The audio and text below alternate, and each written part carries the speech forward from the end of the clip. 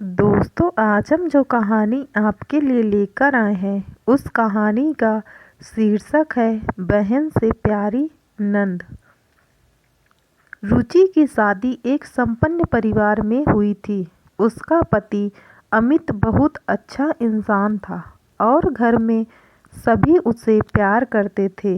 लेकिन जिस इंसान से वह सबसे ज़्यादा जुड़ी थी वह थी उसकी ननद साक्षी। साक्षी उससे 4 साल छोटी थी और बचपन से ही अमित की लाडली बहन थी। दोनों बहनों की तरह रहती थी, एक दूसरे की हर बात का ख्याल रखती, हंसी मजाक करती और एक साथ बहुत समय बिताती। परंतु सब कुछ बदल गया एक रात, जब रुचि को एहसास हुआ कि साक्षी शायद अब इस दुनिया में नहीं रही। लेकिन फिर भी वह उनके घर में मौजूद थी। शादी के बाद रुचि पहली बार अपने ससुराल आई थी। पूरा घर खुशियों से भरा हुआ था, लेकिन सबसे ज़्यादा उत्साहित थी साक्षी। भाभी, अब तुम आई हो तो मैं बिल्कुल अकेली नहीं रहूँगी, साक्षी ने मुस्कुराते हुए कहा। रुचि भी उसे बहन जैसा मानने लगी थी। दोनों घंटों बातें करती, बाजार जाती और देर रात तक फिल्में देखती। परंतु घर की एक कोठरी जो बरसों से बंद थी, उसे देखकर रुचि को अजीब सा एहसास होता था। घर के बड़े बुजुर्ग कहते थे कि वहाँ कोई नहीं जाता, वो कमरा बंद ही रहने देना। रुचि, सासू माँ ने चेतावनी दी थी। रुचि ने बात को हल्के में लिया, लेकिन उसे क्या पता था कि उस कमरे में एक भयानक सच छिपा था। एक रात जब सब सो चुके थे, रुचि को लगा कि कोई उसके कमरे के दरवाजे के पास खड़ा है। धीमे धीमे कदमों की आहटें। अमित, उसने फुसफुसाते हुए पूछा। कोई जवाब नहीं मिला। दरवाजे के नीचे से किसी की परछाई दिख रही थी।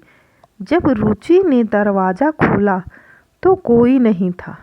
अगली सुबह उसने अमित को बताया, लेकिन उसने इसे सपना समझकर हंसकर टाल दिया। लेकिन रुचि के लिए यह सब एक शुरुआत थी। धीरे धीरे रुचि ने नोटिस किया कि साक्षी का व्यवहार बदलने लगा था। कभी वह बहुत खुश रहती तो कभी घंटों अकेली बैठी रहती। एक दिन जब रुचि ने उसे पुकारा तो उसने कोई जवाब नहीं दिया। जब रुचि उसके पास गई तो उसकी आंखें लाल हो रही थीं और चेहरा बिल्कुल भावशून्य था। साक्षी ने धीरे से उसकी ओर देखा और बहुत धीमी आवाज में कहा, तुम्हें यहाँ नहीं होना चाहिए भाभी। रुचि अब सच में डरने लगी थी। उसे लगा कि साक्षी के इस व्यवहार का कोई संबंध उस बंद कमरे से है। एक दिन जब घर के सभी लोग बाहर गए हुए थे तो उसने हिम्मत करके वह कमरा खोल दिया। अंदर घुसते ही उसे एक पुराना झूला दिखा जो धीरे धीरे हिल रहा था, जबकि हवा तक नहीं थी।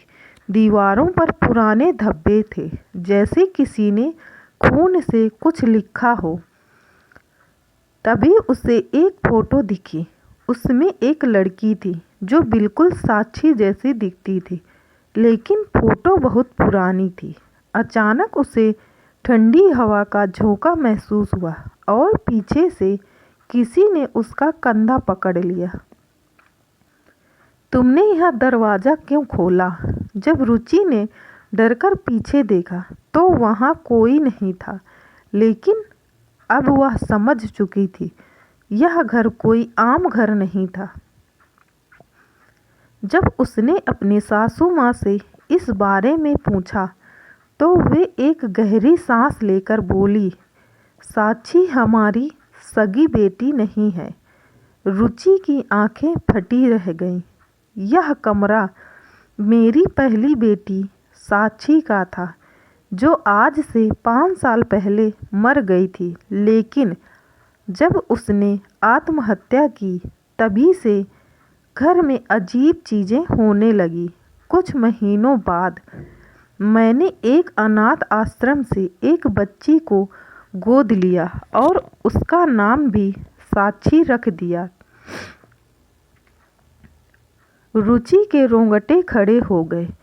तो क्या जो साक्षी उसके साथ थी, वो अब रुचि को यकीन हो गया था कि कोई आत्मा घर में भटक रही थी। पर असली सवाल यह था, जो साक्षी उसके साथ रह रही थी, वो कौन थी? एक रात जब रुचि सो रही थी, उसे लगा कि कोई धीरे धीरे उसके बिस्तर के पास आ रहा है। अचानक उसकी आंखें खुली और उसने देखा कि साक्षी ठीक उसके चेहरे के पास खड़ी थी, लेकिन उसकी आंखें सफ़ेद हो चुकी थीं। रुचि चीख पड़ी। तभी साक्षी ने कहा, मुझे इस घर में जाने मत देना। भाभी, मैं यहीं रहना चाहती हूँ, हमेशा के लिए। अब रुचि को समझ आ चुका था कि यह उसकी प्यारी ननंद नहीं थी, यह कुछ और ही था। रुचि और अमित ने मिलकर एक तांत्रिक को बुलाया। तांत्रिक ने कहा कि यह आत्मा असली साक्षी की है, जो अब अपनी जगह छोड़ना नहीं चाहती। जब तांत्रिक ने मंत्र पढ़ने शुरू किए तो घर की सभी लाइट्स झपकने लगी। कमरे में अजीब अजीब आवाज़ें आने लगी और अचानक साक्षी जोर से चीख पड़ी, मैं यहाँ से नहीं जाऊँगी। लेकिन कुछ ही पलों में तांत्रिक ने आत्मा को वश में कर लिया। एक आखिरी दिल दहला देने वाली चीख के बाद कमरे में शांति छा गई। उस घटना के बाद सब कुछ सामान्य हो गया। गोद ली गई साक्षी अब पहले जैसी खुश रहने लगी, लेकिन रुचि को अब भी कभी कभी लगता था कि कोई उसे देख रहा है। शायद असली साक्षी कभी नहीं गई थी।